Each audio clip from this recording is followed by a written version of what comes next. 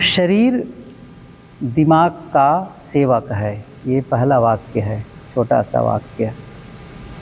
शरीर दिमाग का सेवक है। मन कहो, यहाँ दोनों की ही बात कहे हैं, तो जो आपका शरीर क्या करेगा, किसकी सेवा करता है? आपके दिमाग का, विचार का, मन का। अर्थात मन ने कहा वहाँ जाना है, ठीक है चलो। बैठे रहना है, अच्छा बैठे रहो। उठ के जाओ बिस्तर पर, हाँ चलो। तो शरीर क्या करता है? जो आप अंदर से आदेश देते हैं, आदेश देते हैं, तो वो क्या करता है? इसलिए कहा, क्या कहा? शरीर दिमाग का सेवक है। यह दिमाग के आदेश मानता है, चाहे उन्हें सोच विचार कर दिया जाए या फिर बिना सोचे समझे स्वाभाविक स्वचालित ढंग से दिया जाए। अब ये कहे कि जब सेवक है तो फिर ये गलत कह देता है, यही तो विशेषता है इसकी है। गलत भी दे सकता है, सही भी दे सकता है। आखिर में मन ही तो कहता है चलो मुझे शराब पीने जाना है, शराब भट्टी ले चलो, शराब की दुकान में ले चलो, तो शरीर जाता है वहाँ पर। और एक मन ने कहा कि नहीं मुझे सत्संग में जाना है, अच्छा वहाँ ले चलता है। लेकिन इससे वो एक सेवक नहीं बना, ऐसा नहीं है। अच्छा ठीक है भाई, एक कुछ वो सेवक ईमानदार है, उसकी गलती नहीं है। फिर वो जो कह रहा है उसके अनुसार वो कर रहा है, तो गलती शरीर का नहीं हुआ, फिर तो दिमाग का हुआ, विचार का हुआ। गलत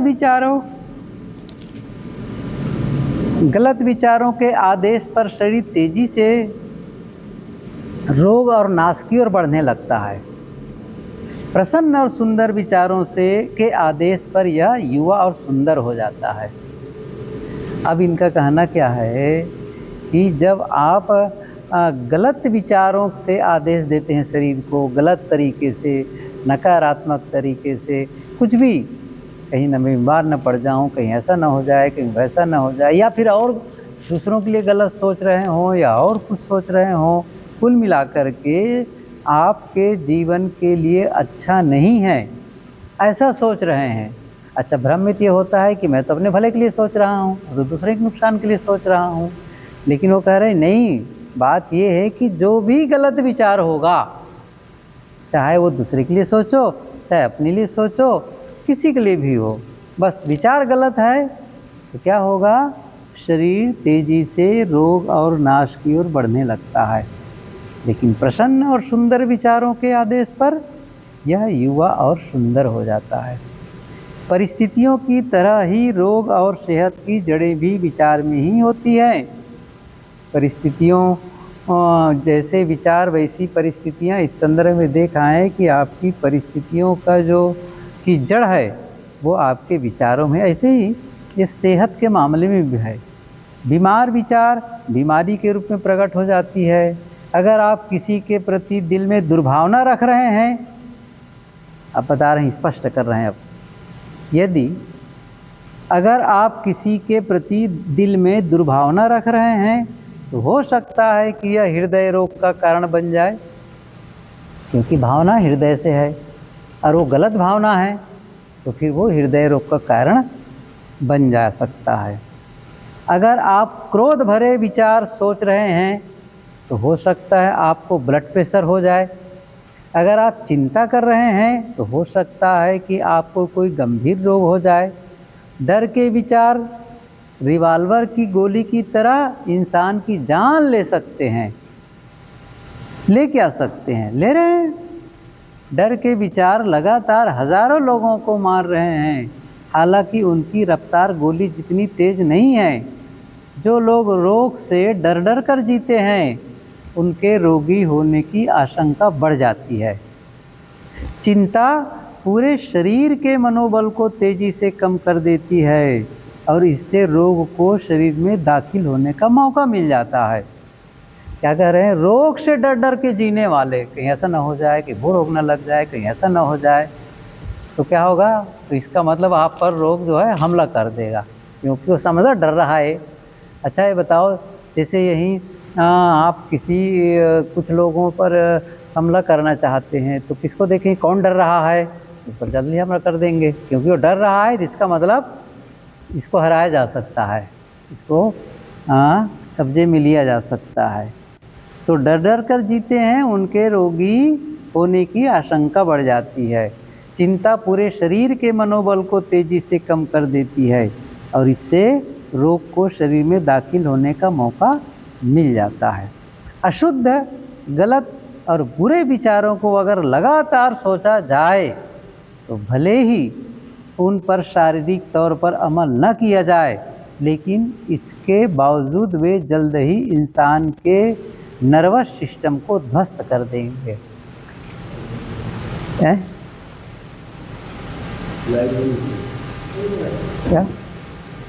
अच्छा जी, क्या कह रहे हैं ये, आप गलत विचार, बुरे विचार लगातार सोच रहे हैं, अब शरीर से उन बुरे विचारों के अनुसार काम तो नहीं कर रहे हैं, अमल नहीं कर रहे हैं, लेकिन इसके बावजूद जल्द ही इंसान के नर्वस सिस्टम को ध्वस्त कर देंगे।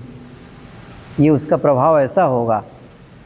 शक्तिशाली, शुद्ध और प्रसन्नता भरे विचार शरीर में स्फूर्ति और आनंद भरते हैं। शरीर एक नाजुक और लचीला साधन है जो विचारों की छोड़ी गई छाप पर फौरन प्रतिक्रिया करता है। विचार की आदतें, चाहे वे अच्छी हों या बुरी, इस पर अपना असर जरूर डालेंगी। देखिए, आपका मस्तिष्क 1.5 किलो से कम का होता है, लेकिन यह पूरे शरीर की 20 से 25% ऊर्जा का उपयोग करता है और मस्तिष्क अपनी ऊर्जा का ज़्यादातर उपयोग विद्युत संकेतों के आदान प्रदान में करता है। अब ये थोड़ा सा बताऊं मैं इस चीज़ को, क्या कह रहे हैं ये। पहली बात तो ये बता रहे हैं कि आपके शरीर का वजन, मस्तिष्क का वजन कितना है, 1.5 किलो, 1.25 किलो, जो भी होगा, इतना ही होता है। लेकिन पूरे शरीर में जितनी ऊर्जा बनती है खा पी कर, जो भी आप करते हैं उससे ऊर्जा जो बन रही है, उसका वो 20 से 25% केवल मस्तिष्क उसका उपयोग करता है। फिर क्या होता है, नहीं, 20 से 25% ऊर्जा का उपयोग करता है और मस्तिष्क अपनी ऊर्जा का ज़्यादातर उपयोग क्या करता है, 20 से 25% में से उपयोग करता है। अब उसमें से ज़्यादा ऊर्जा किसके लिए उपयोग करता है, विद्युत संकेतों के आदान प्रदान में करता है। मतलब यहाँ पर जो इलेक्ट्रोमैग्नेटिक फील्ड है वो, अर्थात आपके विचारों की जो तरंगें, इसको मैं इस ढंग से बताऊँगा। हमारा ये दिमाग दोनों है, क्या है, हमारा ये पूरा शरीर कहो, एक तो ट्रांसमिट भी करता है और रिसीविंग भी करता है। इसका मतलब हुआ जैसे आप आकाशवाणी से या दूरदर्शन से समाचार वहाँ से ट्रांसमिट कर रहा है, फेंकता है, भेजता है एक तरीका, और टीवी या आपका रेडियो या मोबाइल उसको रिसीव करता है। हमारा ये जो सिस्टम है वो दोनों करता है, अर्थात हम संदेश भेजते भी हैं और संदेश ग्रहण करते हैं। जैसे मैं बोलता भी हूँ और सुनता भी हूँ, इसको इस ढंग से समझ रहे हैं ना। आप अपनी बातें दूसरों को बताते भी हैं और दूसरों की बातें सुनते भी हैं, तो दोनों ही हो गए। इसी प्रकार विचारों का सिग्नल आप तक कहीं से आता है और आपके विचारों का सिग्नल वहाँ तक जाता है। उसी तरह जैसे मोबाइल का जो की तरंगे हैं वो आती हैं और जाती हैं, ये इनका कहना है। आपके हर अच्छे नहीं,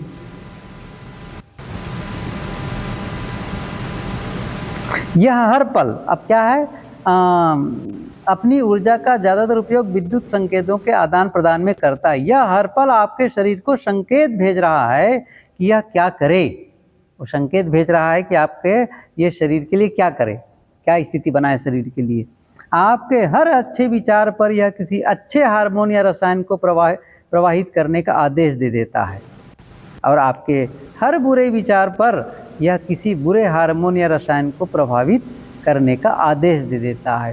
ये बहुत पहले मैंने पढ़ी थी आचार्य महाप्रज्ञ की पुस्तक में, या फिर कोई विचार सुना था कि या किसी ने कहा था मेरे से कि जैसा भाव वैसा श्राव, जैसा श्राव वैसा चरित्र, और जैसा चरित्र वैसा आपका भाग्य। तो इसका मतलब क्या है? जैसा भाव वैसा श्राव। श्राव मतलब झरना, श्राव मतलब गिर निकलना, झरना वो है। तो जैसा आपका भाव हुआ वैसे ही आपके शरीर में जो केमिकल्स होते हैं, जो रसायन रिलीज होते हैं आपके अंदर में, जो ग्रंथियां होती वहाँ से, जैसे कोई डर हो तो एड्रिनल वहाँ से निकलेगा और आपका शरीर कांपने लगेगा, परेशान हो जाएंगे। क्रोध होता है तो आँखें लाल हो जाती, हाथ पर कांपने लगते, बिल्कुल अलग है। और जब खुश हो जाते हैं तब उसके लिए अलग रसायन निकलता है। किसके आधार पर होता है? आपके भावों के आधार पर। वही ये कह रहे हैं कि अच्छे विचार होते हैं तो अच्छे हार्मोन को, जो आपके लिए सुंदर हो, स्वास्थ्य प्रदान करे, प्रसन्नता दे। बुरे विचार होंगे तो बुरे रसायन को छोड़ देंगे जो आपको प्रभावित करेंगे, परेशान करेंगे या बीमार करेंगे। इसका मतलब यह है कि अच्छे विचार सोचने से आपके शरीर में अच्छे रसायनों का प्रवाह ज़्यादा होता है, जिससे आपका स्वास्थ्य बेहतर होता है और आपको रोगों की आशंका कम रहती है। मनुष्य जब तक अशुद्ध विचार रखेगा तब तक उसका खून अशुद्ध और जहरीला बना रहेगा। निर्मल दिल से ही निर्मल जीवन और निर्मल शरीर मिलता है। प्रदूषित मस्तिष्क का परिणाम है प्रदूषित जीवन और प्रदूषित शरीर। विचार ही कर्म, जीवन और परिस्थितियों का स्रोत है। कर्मों का स्रोत विचार, जीवन का स्रोत विचार, परिस्थितियों का स्रोत विचार, ये कहना है। अगर आप इस स्रोत को शुद्ध बना लेते हैं तो बाकी सब कुछ अपने आप शुद्ध बन जाएगा। आजकल देखने में आ रहा है कि इंसान बहुत सारे रोगों से परेशान है। आजकल कह रहे हैं, इसका मतलब समझ रहे, 100 साल पहले की बात है। आजकल हम पढ़ रहे हैं ना आज, तो उस समय भी ये बात कह रहे थे। आजकल देखने में आ रहा है कि इंसान बहुत सारे रोगों से परेशान है और अपने शरीर को फिट रखने के लिए बहुत सारे तरीके आजमा रहा है। इंसान स्वस्थ बनने के लिए डाइटिंग कर रहा है, लेकिन यह ध्यान रखें कि जब तक वह अपने अंदर के गलत विचारों को नहीं बदलेगा तब तक खान पान बदलने या डाइटिंग करने से उसे कोई मदद नहीं मिलेगी। अगर डाइटिंग करनी ही है तो नकारात्मक विचारों की डाइटिंग करें, फिर आपको भोजन के मामले में डाइटिंग करने की ज़रूरत ही नहीं पड़ेगी। ये क्या कह रहे हैं? देखिए, जिसके विचार शुद्ध हो जाते हैं उसके मन में अशुद्ध या हानिकारक आहार खाने की इच्छा ही उत्पन्न नहीं होती है। ये पहली शर्त कह रहे हैं। अब जिसका मन शुद्ध हो जाता है, अच्छे विचार सोचता है, उसको हानिकारक आहार खाने की इच्छा ही उत्पन्न नहीं होगी। इसलिए स्वास्थ्य के मामले में भी बाहर के बजाय अंदर काम करें। स्वस्थ विचारों से स्वच्छ आदतें उत्पन्न होती हैं। जो तथाकथित संत अपना शरीर साफ नहीं करता है, अब ये संत पर भी बोल रहे हैं, क्या लिख रहे हैं? जो तथाकथित संत अपना शरीर साफ नहीं करता है वह दरअसल संत नहीं है। जिसने अपने विचारों को मजबूत बना लिया है और शुद्ध कर दिया है, उसे बुरे रोगाणुओं के बारे में चिंता करने की ज़रूरत ही नहीं है। अगर आप अपने शरीर की रक्षा करना चाहते हैं तो अपने दिमाग पर पहरा लगा दें। क्या कह रहे हैं? साफ सफाई रखें भी, शरीर को तो साफ रखो। आप जैसे कई खैर जनों में तो नहाते ही नहीं हैं लोग, और बहुत सारे उनके पहनाव ओढ़ाव देखो तो ऐसा लगता है बिल्कुल मैला कुचैला। तो थोड़ा उन पर व्यंग है इनके तरफ से, या वो देखे रहे होंगे, क्योंकि वहाँ तो ईसाइयों का रहा, ईसाइयों संत भी जो रहे होंगे उस समय वैसे ही मैले कुचले रहे होंगे, ऐसा मुझे लगता है इनका कहने का भाव। अगर आप अपने शरीर की रक्षा करना चाहते हैं तो अपने दिमाग पर पहरा लगा दें। अगर आप अपने शरीर को सुंदर बनाना चाहते हैं तो अपने दिमाग को सुंदर बना लें।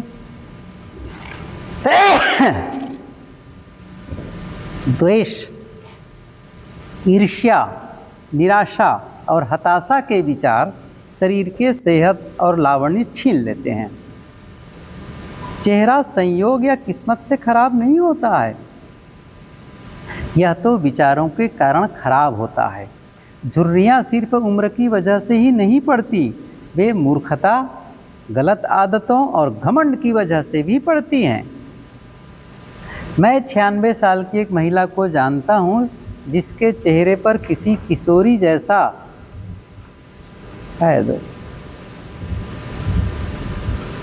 तेज और मासूमियत है। मैं एक अधेड़ व्यक्ति को भी जानता हूँ जिसके चेहरे पर झुर्रियों की लकीरें, गहरी लकीरें हैं। महिला का युवा चेहरा मधुर और आशावादी सद्भाव का परिणाम है, जबकि अधेड़ व्यक्ति की झुर्रियाँ असंतोष और वासनाओं का परिणाम है। जिस तरह हवा और धूप अंदर आए बिना घर अच्छा और स्वास्थ्यवर्धक नहीं हो सकता।